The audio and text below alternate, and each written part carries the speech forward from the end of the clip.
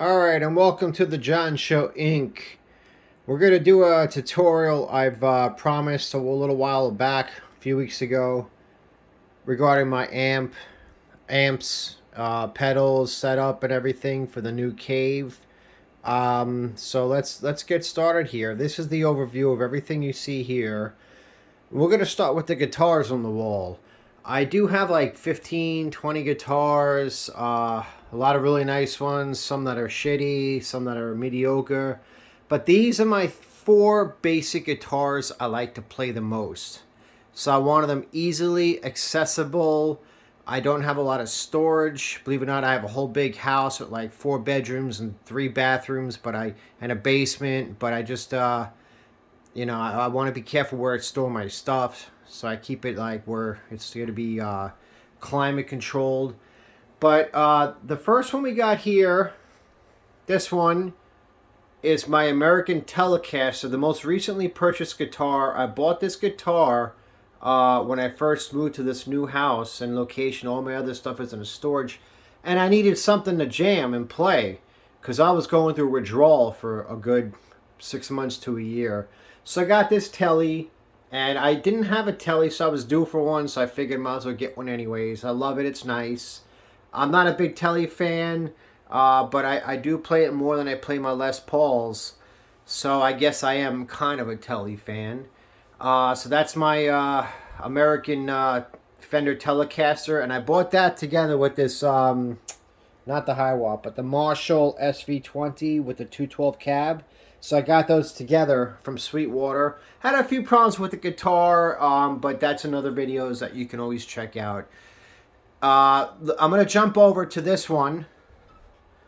This is my Martin guitar. I forgot what model. It's the Special, Martin Special. There's another term they use for it, traditional or something. It's the most inexpensive... I'm sorry, did I say Marshall? I meant Fender, Martin. This is my most, this is, how do I explain this? It's the cheapest Martin guitar you can get that's 100% full wood. It's not that material, like the Martin 12 string. They use this like material mixed with wood or something, but it's not real wood. This one is. They use like, I don't know, laminate or something, but this one is actually a real wood Martin. So I want to make sure I got a Martin acoustic guitar. That's solid wood. That's not going to cost me an arm and a leg, which I maybe will in the future if I ever play good enough, but I don't. The reason why I'm not buying super expensive, I'm staying like under the $2,000 range for my guitars, is because I'm not a musician. I don't know how to play. I mean, I get by. But I wanted to get something that's decent, that I'll appreciate in a few years. Might be able to be a collectible one day, collector's item. Because eventually they're going to stop making wood guitars. We got more and more humans on Earth and less wood to trees to grow. So, I mean, in time, maybe not in my lifetime, but in other, younger lifetimes. So I wanted to get that. Then let's go to the Les Paul. This is the Gibson Les Paul. Again, we got the Gibson Les Paul. I think it was one of the cheapest models. Like it was like $1,500 a few years ago. It's the Tribute, and it's a nice guitar. I had a couple problems with the switch up here, where if I switch it up to the neck pickup, it's okay. But when I switch it down you could actually feel it's flimsy. It's crappy. But if I flip it down to the bridge pickup, it doesn't work. It's like the volume goes out. I have to actually like take it and flick it hard like that. Now I tried Deoxic. I tried that spray a few times. It helped, but it's just a Band-Aid. I contacted Sweetwater where I bought it from. They sent me out a box to ship it back so they can replace the switch or investigate and look into it. The problem is I got to pay for return shipping. I don't even know how much that's going to be. It could be $100. Who knows? And honestly, I maybe for that price I could probably buy a switch for $20 and replace it myself, to be honest with you. So it might be a Frankenstein guitar for me. Who knows? Anyways, I don't really use it much. I just wanted to have that type of guitar, a Gibson Les Paul, just say I have one. Then we're going to go to my favorite and most used guitar, of course, is my American Fender Stratocaster. And this is, of course, like the same. It's an American Strat, cheapest American. And when I mean cheap, like this one, the Telly, the American Fender Telly and the American Strat, they both run between $1,000 and $1,500. This guy about the same. This one, oh god! And now these guitars, don't forget, I bought them like 5, 7, 8 years ago. Except for the this guy I bought last year. But yeah, this one I totally forgot how much it cost. Probably about 12 100 back 5 years ago. So that's the guitars I use. Okay. The acoustic, of course, you know what that's for. That's for anything acoustic. It doesn't have a plug-in with a microphone or anything. It's just a basic general acoustic guitar. I don't want to get technical. I wanted a plain acoustic. If I wanted to plug it in somehow, I'll get a different guitar to plug in, or I could throw a pickup in here in the sound hole, and I could do it that way if I really need to. But I don't. I'm not that much of a musician where I need to do stuff like that. So that's my guitars. That's the guitars I use, I should say. I have some hollow bodies, some really nice ones. I just haven't gotten a chance to hang them up on this wall yet. I'm getting there. It's good. I'm taking my time with this man cave. Okay, now let's go to the next simplest thing. Let's go to the amps. I've done this before. Nothing's really changed except for the place it's in. But I got my favorite amp of all time, and the first big one I got, expensive one I got, was the Fender Twin Reverb. It's a blonde edition, and I run it on volume 10. I did some changes to it so I can do that without it being loud, and there's videos on that. You can look on my channel. Plenty of videos you can see. And after you watch the videos, if there's more questions, you can ask me on that video or this one. It doesn't matter. I'll probably answer, most likely. Then we got the Hiwatt T20. Okay, that's basically for Gilmore tones, which I basically, only thing I know how to play is Gilmore, other than noodling here and there. And that's with the Hiwatt 112 cab down there. I bought those two together. Actually, I bought them separate, but I got them. Then when I bought this guitar last year, the Telly, I also got that as a package deal with the Marshall T20 with the 212 cab. I wanted it when the cab was $800 and the Marshall SV20 was like $1,300. But I waited till last year. I waited too long, and I paid like a lot more, like a third more. But it's still going up. So I figured I'd jump on the bandwagon, even though I'm not a big fan of it. I still want to have it because you never know in the future. And now that I own a house, I could just leave it there and I don't have to worry about storing it, or if I have to move or something. Knock on wood.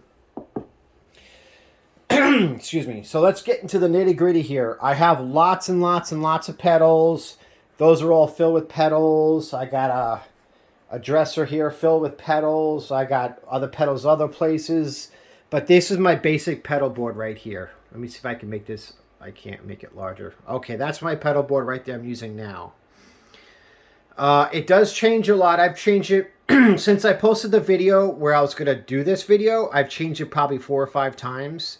But basically, I'll run down what it is now, and then when I change it in the future, I'll do an update on that as well. But that's a decent pedal board. I just use a regular table I got from a store. I didn't build one like my stereo rack here. I built that. See that for my records, because it's very expensive and hard to find one of those. So we got the first pedal in the chain of command, which is I call this the Gen Fuzz. Okay, that's just the name I gave it. I named some of my pedals and guitars and stuff. That's my Gen Fuzz, custom pedal. It's a regular pedal that's sold. If you can guess, put it down in the comments. I use that first because that way I can. I don't have a buffer before it, so it's got germanium diodes, so it would work better with the germanium diodes.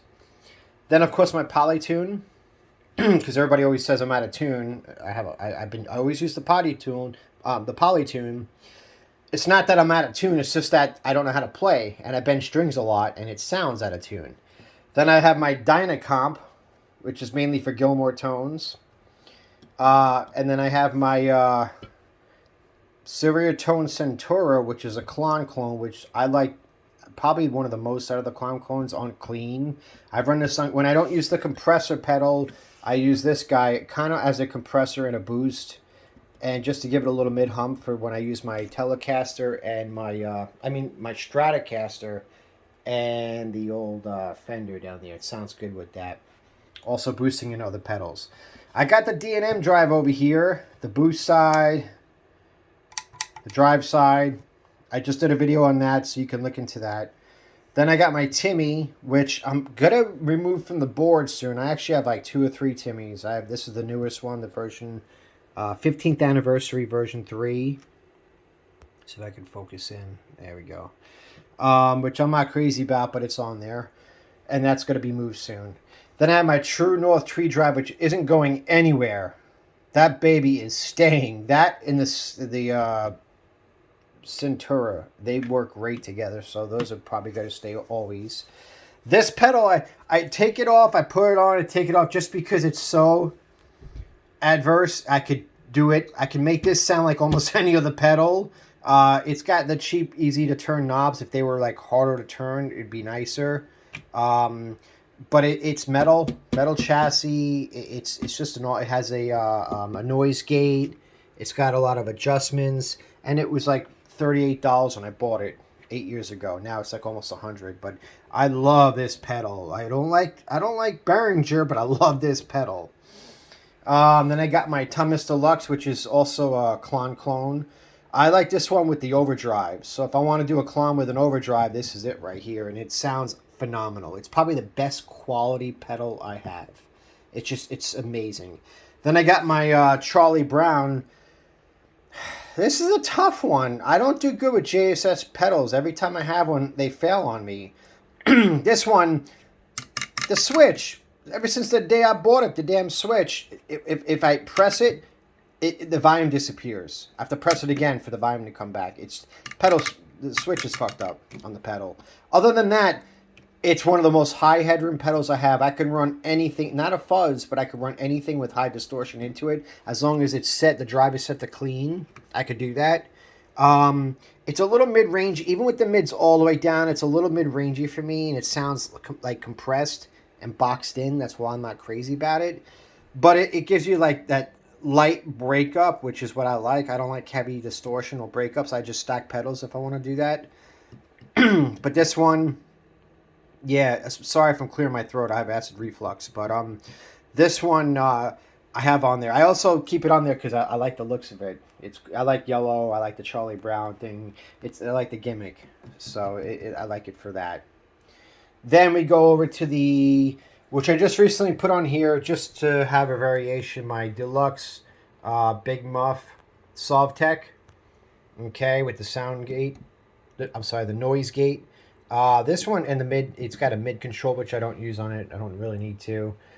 I also have one that's the regular standard Big Muff Pi. That's the Deluxe, like this with the noise gate. That one I really like, but I've used it so many times for so long, and this one's been put away. I wanted to give this one a try, and I spent money for it. I might as well use it. Here's my favorite Big Muff of them all. The Cape Rid Ram's Head. Doesn't get better than this. This isn't all. The Renning Cuff makes one that's a small white one, and I wouldn't buy it. It probably sounds exactly the same, but I like big silver white pedals. Big silver pedals.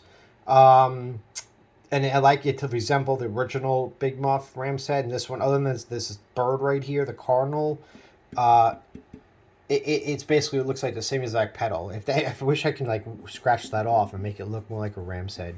But it's okay. It's awesome sounding pedal. I love it. I use that with all my Pink Floyd stuff. Then we got the 2-driver. Gilmore is a big fan of this one recently. In recent years, he uses like up to 3 or 4 of them.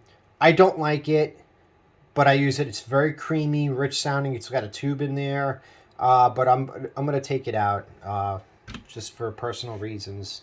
I don't use it much, And but it sounds good. It's a good pedal. It's a fantastic pedal. I also got it with the they call it a bias. I call it a mid-range knob. I got it without that, and I explained when I bought her from that I didn't.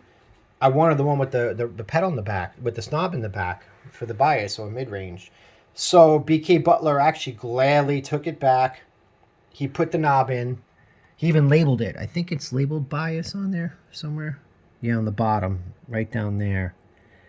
Or it says mid. I did that. It's mid. I put that there, but it's a bias. And so the guy was awesome. He gladly took it back and put that knob on there and gave it back to me and free of charge and everything. So that was awesome. Past Effects Power Boost. This is a Power Boost clone. Good pedal. I use it for the overdrive Power Boost sounds, and I like it. It's nice. It's fairly new. It's an 18 volt. I got it recently, about a year ago, when I bought the Telecaster and the Marshall amp. I like it. I like it very much. And then we got the Color Driver. This pedal is one of my favorites as well. This super high headroom. You can run, if you run this clean, you can run fuzz through it. A fuzz phase, any fuzz, anything can run through this pedal, and it sounds good. It contours anything perfectly. It's got the side volume here. It's got the drive, treble and bass. I wish I had a mid control. That's the only thing I wish it had, but because it's a little on the darker side, but that's okay. It's scooped. I do have the original Power Boost, but it's not out now. Because I'm using this one, so I might swap them out one day or throw it back on. A lot of pedals, and this table I'm using is not as big as my other pedal board. It's about a foot or two smaller, so I can only get so many on there. And that's the last of my chain right there. This guy, I like to run it. Usually I have the gain up here because I was messing around with it the other day. But I like it either quarter of the way up or all the way down. When it's through the Fender Twin Reverb, I like it quarter of the way up to give it a little bit of a slight edge of breakup. Because when I run the Big Muff into it, it makes it sound creamier and nicer. But if I'm running it with sometimes I'll do Floyd and I'll use the Twin and the Hiwatt together as a stereo or a wet dry, usually wet dry. Or I'll even throw the I'll throw the Fender in there wet with the Hiwatt in there wet, and then I'll use the Marshall as a dry. Get a little ridiculous. For someone who doesn't know how to play guitar, I sure know how to hook things up. Then that would run into my humdinger, okay, which splits off. That's how I get the wet dry, because I would have one go into the wet effects, which is the E-Lady. Okay, that's a flanger. It's an awesome flanger, and it was like $40. Now it's probably like 70, but it's awesome flanger. I think I have 2 of these now. And then I have my digital. Well, this is a delay, but it does digital, tape, analog, everything. So it's a little complicated. It's a lot of knobs. I want to get a simpler one, but this one does the job for now. And then that goes to stereo left, right. Now, my wet has a left-right stereo. Like, let's say the wet left would go into the Fender, which is my left wet, right? And then the wet right would go into the Hiwatt, which is over to the right, and it's wet. Now, before the humdinger, that would go from the buffered output. The isolated output goes straight into the Marshall. Okay? So that's how I do it. I run, as far as buffers, well, I got one here in the Bonafide buffer, the beginning of the chain. Some of these pedals have buffers, like the Tube Monster runs a buffer. So there's another buffer there. Then it runs through here, all through here, and I guess that's pretty much it with buffers. I got 2 buffers, which is more than enough, because you're gonna run drives and boosts and stuff. So it's gonna be plenty. I can run more if I want, but I don't need to. As long as I got a buffer in the beginning of the chain and one like towards the end of the drives, I'm pretty much okay. I thought there was another buffer on here. Oh wait, this might be a buffer too. Oh, here we go. This is the buffer. It has a switch here. to turn the buffer on and off, and I always keep it on.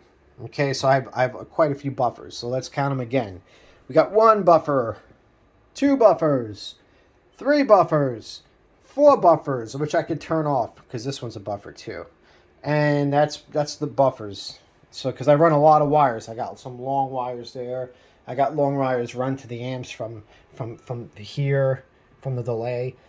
As far as power goes, I'm using Donner power strips. You know, people spend $200 on freaking power strips because they want the ultimate sound with no feedback or anything, noise or anything. And they're using these boards where all the power wires run underneath the board, where the connection wires run on top. I don't do none of that bullshit, okay? I'm sure if some people need to, especially if they're on tour or if they got a lot of stuff in their room that makes noise, I have no problems, no noise whatsoever. I don't have a noise suppressor on here, a noise gate, and I also don't run high gain either. But I've ran high gain before. Matter of fact, my tube driver, I can run that pretty high. The big muffs are pretty high. The fuzz is extremely high. It's got this little bias here, so it's kind of like a noise gate. This one has a noise gate, which I only for this pedal though, and sometimes I don't use it. I don't need it. Even with the single coil Stratocaster, you know, SSS, and all of this, I don't need a buffer. I mean, I don't need a noise gate. And I used to ask that pedal show, I used to ask Gilmore about using a noise gate, and they all say they don't need them, they don't use them. It kind of takes away from your sound and the dynamics, which it does. So I figured out I don't need it either. You just got to run everything nice. And what I do though is I run the connection cables for the audio cables and the power cables on the same table. But I don't know, it's hard to notice, but I run them like crisscross. I don't run them parallel to each other. So you're not going to see, it's very rare to see that. Like all the power cables go up to the power source. All the audio cables, they run like this way. They run this way. I'm sorry the camera is zooming in. I'm trying not to do that. Okay, so they run this way. And then I have this audio cable out here that goes to the next row. It goes on under the table. And it goes all the way, and it comes up right here and there, which is near the power, but I have no problems. Okay? And of course, at the end of the chain, you see these guys go in the amp. They go to the amp, and they go down here under the table, away from all the power, to the amps. You see, like, it comes up underneath here, and this one comes up underneath there. So I do it a little bit of isolating, but I don't really need to. I don't have any problems. Only problems I have is with this damn Charlie Brown on the switch. And I had a volume pedal that was a Charlie Brown. I mean, not a Charlie Brown, a Electro Hum, a JHS, and that one failed on me after a year. So I'm not too crazy about JHS pedals. I don't know anybody else who had problems, but for some reason I keep getting the problem ones. So, but I do like the pedal if it does work. See, it could be off and I could be playing. Also, I hit to turn it on and my volume disappears, and I have to jiggle it or push it again. So I shouldn't have that problem. These are supposed to be high quality pedals. I don't know why it's doing that, and that aggravates me. This guy did it also. When I first got it, it was bad. You know, it didn't do it so much, but then after a while, it started doing it more and more. And I didn't know it was that pedal. I thought it was the wires or the cables or something, so I kept messing around. Finally, I figured out it was the pedal. So I contacted TrueFi, and they gladly say, bring it back and replace it with a whole other pedal. Well, actually, no. They said they're going to check it out, look into it, and fix it. But instead of doing that, they sent me a really nice wood box. Let me see if I can find it here. Where did I put that nice wood box? Oh, here it is. This green wood box. They sent it in this TrueFi hard case wooden box. It's beautiful. With a brand new pedal. Brand new, different serial number, everything. So they're awesome. TrueFi is awesome. I recommend them highly. And this is one of my favorite pedals. This is my favorite drive pedal with this boosted in front of it. This is my favorite pedal alone.